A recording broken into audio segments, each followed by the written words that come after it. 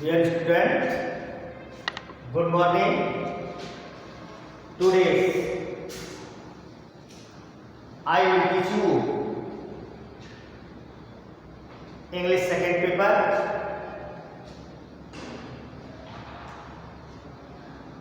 During under the classes,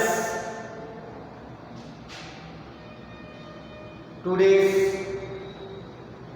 I will teach you narration. बेटा narration के नाम से ही आपको अवगत होंगे, पिछली कक्षा में पढ़े भी होंगे कि यानी वी एक्सप्रेस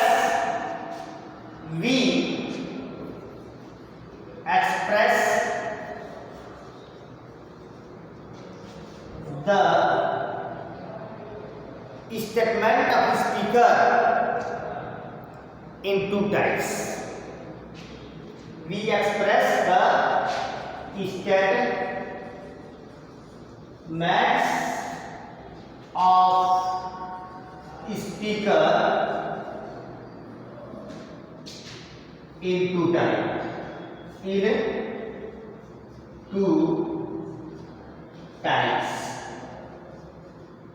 यानी वक्ता के कथन को हम दो तरह से व्यक्त करते हैं। पहला ये कि the statement of speaker express in speaker's voice. The statement of speaker express in speaker's voice, यानी वक्ता के कथन को ज्यों का त्यों कह देना। तो बेटा वक्ता के कथन को ज्यों का त्यों कह देना यह कहलाता है क्या? डायरेक्ट। इसको कहते हैं डायरेक्ट। याद रखेंगे, direct narration direct narration.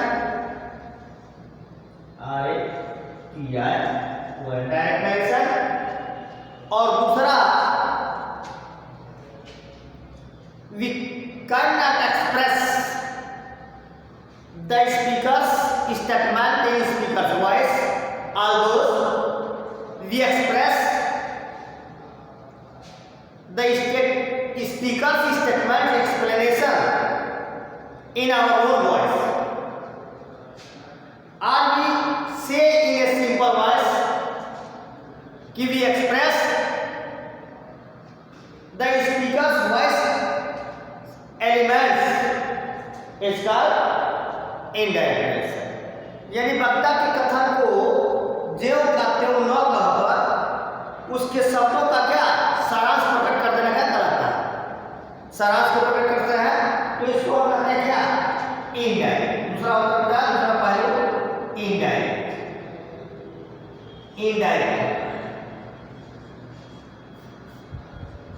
Direct narration, यानी double R A T I O है। तो ये वक्ता के कथन को एक को जो कहते हैं उसी के शब्दों में कह देना, दूसरा जो कहते हो ना अपनी दूसरे शब्दों के सारांश को अपने या उसके शब्दों का सारांश कह देना। अब आता है पहला बिंदु आता है क्या? Direct speech. यह डायरेक्ट स्पीच क्या है? अभी मैंने बताया आपको कि वक्ता के कथन को जो कहते हो उसी के शब्दों में व्यक्त करना डायरेक्ट स्पीच कहलाता है। और डायरेक्ट स्पीच जो कहलाता है, अब डायरेक्ट स्पीच के द्वारा जो डायरेक्ट स्पीच होता है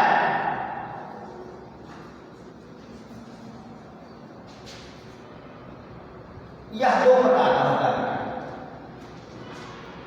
there are two types of there are two part in direct speech. Question कोई पूछ दे how many part in direct speech, तो आप कह सकते हैं there are two part in direct speech. पहला क्या होता है? रिपोर्टिंग वर्ब VE आदि, और दूसरा होता है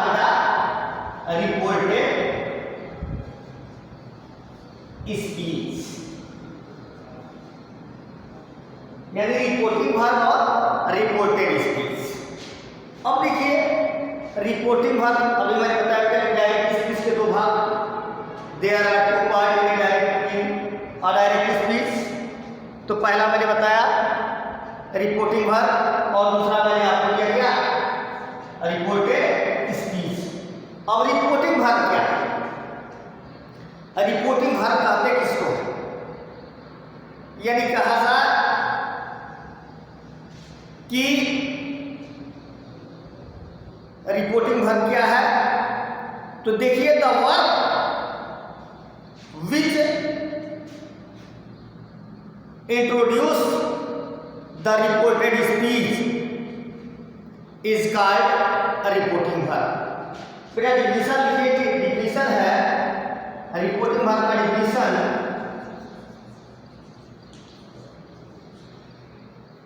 लिखना चाहे तो लिख सकते हैं, या जब वीडियो सुनेंगे तो याद हो सकता है कि the verb which introduces the verb which introduces the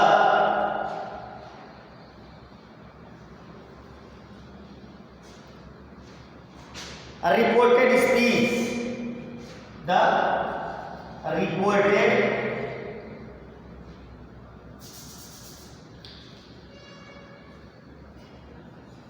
reported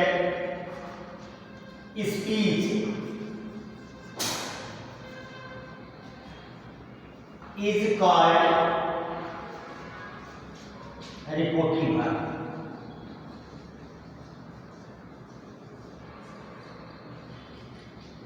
यानी हिंदी में कहा था, अभी मैंने अंग्रेजी में लिखा डिफिनेशन दिया आपको कि the verb which introduces the reported speech is called reporting verb. बेटा इसका हिंदी में आपको समझना था तो हिंदी में है कि जिस, और इसके बाद मैं बताऊंगा इसका हिंदी, इसमें कुछ और चीजें हैं। Is called reporting verb, it's always put या right, it's always writes WR out comma and inverted commas।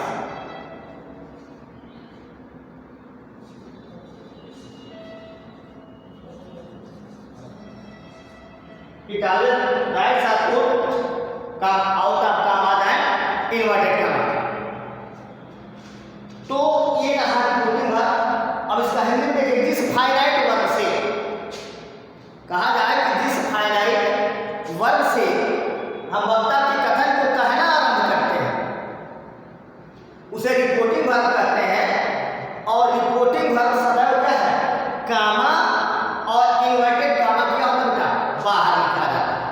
Reporting verb यह ध्यान रखेंगे कि रिपोर्टिंग वर्ब कामा और इन्वर्टेड कामा क्या होता है, बाहर होता है। अब दूसरा टॉपिक जब मैंने बताया था कि रिपोर्टिंग डायरेक्ट स्पीच के पहला हो गया रिपोर्टिंग वर्ब, दूसरा आता है क्या, रिपोर्टेड स्पीच या रिपोर्टेड स्पीच क्या। अब दूसरा आता है रिपोर्टेड स्पीच। रिपोर्टेड स्पीच के बारे में आप जानते हो, पढ़े भी होंगे, पिछले कक्षा में आपको बताया गया था, मैं भी बताया था और आप लोग भी पढ़े कक्षा में पढ़े होंगे कि the exact words of the, फिर सुनिए, the exact word of the speaker. लिखिए इसका डिफिनेशन सब लोग कर लें, reported speech, the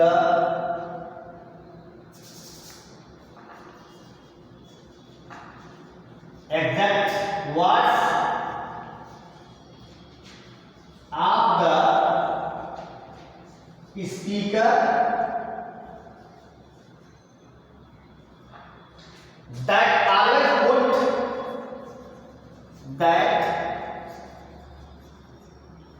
always put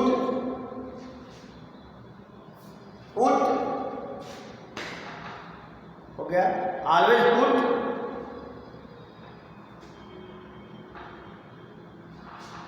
under inverted commas,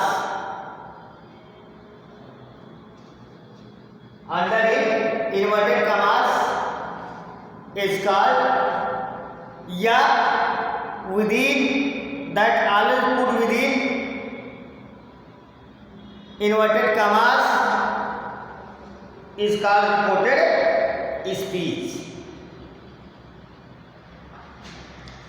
तो लिखिए that always put within, with, in, that always put within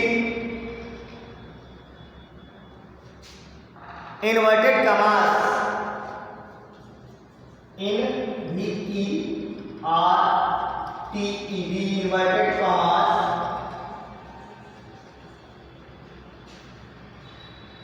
are called reported speech,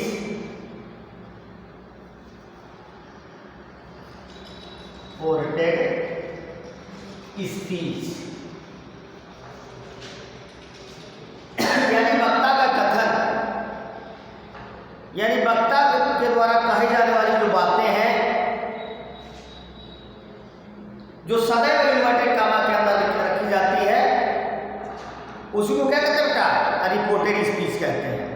तो ये रहा डायरेक्ट स्पीच के मुख्य दो भाग, रिपोर्टिंग भाग और रिपोर्टेड स्पीच। अब ये रिपोर्टिंग भाग और स्पीच आइए देख लीजिए। राम से कामा इन्वर्टेड कामा लिखिए, देखिए will you give me your pen, will you give me your pay? बेटा इसमें देखो यहाँ इन्वर्टेड कॉमा क्लोज हो गया और इन्वर्टेड कॉमा क्लोज करेंगे, उसके पहले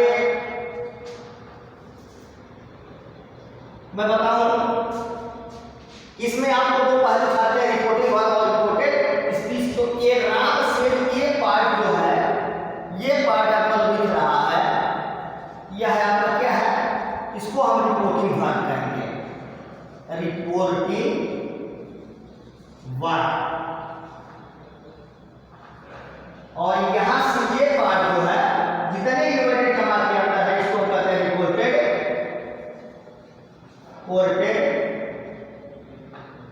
स्पीच।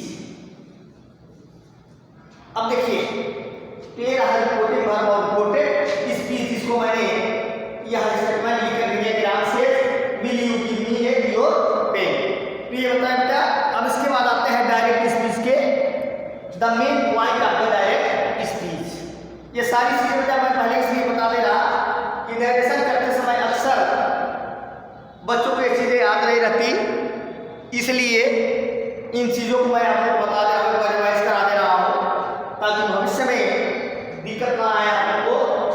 अब इसके बाद आता है main point of the direct speech. तो डायरेक्ट स्पीच का मुख्य बिंदु क्या है? डायरेक्ट स्पीच का मुख्य बिंदु नंबर 1, दिमाग से सुने, आप ध्यान से सुने कि इसमें जो है डायरेक्ट स्पीच में वक्ता की कथन को क्या है, इन्वर्टेड कॉमास के अंदर रखा जाता है। नंबर 1, डायरेक्ट स्पीच में वक्ता के कथन को सदैव इन्वर्टेड कॉमास के अंदर रखते हैं। यानी पहला बिंदु अंग्रेजी में हो जाएगा कि the statement of speaker is always put under the inverted commas. पहला बिंदु, पहला point, the statement of speaker is always put under inverted commas. दूसरा पॉइंट आता है कि रिपोर्टिंग वर्ब के पश्चात कामा का प्रयोग होता है, यानी we use comma after the reporting verb, we use comma after the reporting verb, यानी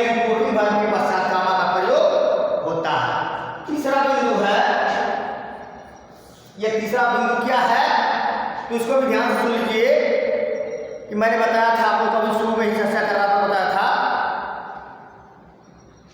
कि इन्वर्टेड कॉमास के अंदर का पहला अक्षर सदैव अंग्रेजी के कैपिटल लेटर में लिखा जाता है। The first letter of the inverted commas या under the first letter under in inverted commas write always English capital letter, यानी अंग्रेजी के बड़े अक्षर से इन्वर्टेड कॉमास के पहले अक्षर को क्या करते हैं, लिखते हैं। तो ये रहा क्या, डायरेक्ट स्पीच के मुख्य बिंदु। इसके बाद आता है बेटा इनडायरेक्ट स्पीच। अब दूसरा आता है, आपको मैं पहले में चर्चा किया, और दूसरा स्टेटमेंट आता है इनडायरेक्ट स्पीच, यानी इनडायरेक्ट स्पीच क्या है। अब इसके पहले शुरू में बताया था कि इनडायरेक्ट स्पीच में वक्ता की कथन को ज्यों का त्यों न कहकर अपितु उसके शब्दों का सार को अपने शब्दों में प्रकट करना क्या कहलाता है, इनडायरेक्ट स्पीच कहलाता है। यानी इनडायरेक्ट स्पीच में वक्ता के कथन को ज्यों का त्यों न कहकर अपितु उसके शब्दों का सारांश अपने शब्दों में प्रकट करना क्या कहलाता है, इनडायरेक्ट स्पीच कहलाता है। यानी कहा गया statement of speaker could not express in speaker's voice but we can express the elements of speaker's statement is called indirect speech। अब देखिए कुछ नियम शर्तें, जैसे लिखिए या ध्यान से सुने, जिसको याद करना आवश्यक है, डायरेक्ट से इनडायरेक्ट में बदलने के नियम। Law of direct sense into indirect speech, law of direct sense into indirect speech. तो there are few law that we should follow when direct statement sense into indirect speech. तो number first इसमें देखिए बेटा, indirect speech में inverted comma क्या करते हैं, हटा देते हैं। पहला पॉइंट नोट करें, we omitted inverted commas in indirect speech. Number 2, reporting verb के बाद कॉमा का प्रयोग नहीं करते हैं, we never use comma after the reporting verb. Number 3, reporting verb का टेंस कभी नहीं बदलता, never sense the tense of reporting verb, never sense the tense of reporting verb. चौथा है कि रिपोर्टिंग वर्ब को रिपोर्टेड स्पीच के भाव के अनुसार किसमें, तो टोल्ड, आस्क्ड, रिक्वेस्टेड, एडवाइज्ड या ऑर्डर आप क्या करते हैं बेटा, बदल देते हैं। और रिपोर्टिंग वर्ब की रिपोर्टिंग वर्ब के पश्चात आवश्यकता अनुसार उचित कंजक्शन जैसे दैट, इफ या वेदर का प्रयोग करते हैं। अगला नियम है कि आय तथा प्रॉपर नाउन को छोड़कर अक्सर लोग आई बोल देते हैं, आई नहीं होता था, उसका प्रोनाउंसिएशन आय होता है, आय तथा प्रॉपर नाउन को छोड़कर क्या, रिपोर्टेड स्पीच का पहला अक्षर सदैव अंग्रेजी के स्मॉल लेटर से क्या करते हैं, लिखते हैं। इसके अलावा अगला नियम, काल अथवा टेंसेस के साथ साथ समय अथवा स्थिति के निकटता सूचक शब्दों में परिवर्तन आता है। अब देखिए मेन पॉइंट पे चले तो आपको पूछ सकता है, तो अर्थ की दृष्टि से सेंटेंस 5 प्रकार के होते हैं। अर्थ की दृष्टि से सेंटेंस कितने प्रकार के होते हैं, दूसरा इंट्रोगेटिव सेंटेंस, तीसरा इंपरेटिव, चौथा ऑब्जेक्टिव और पांचवा होता है का एक्सक्लेमेटरी सेंटेंस। तो ये आपकी दृष्टि से सेंटेंस 5 प्रकार के और नरेशन करते समय इन भेदों का ज्ञान होना अति आवश्यक, क्यों कि बिना वाक्य के भेद पहचाने हम वाक्य का परिवर्तन नियमानुसार नहीं कर सकते हैं। तो बस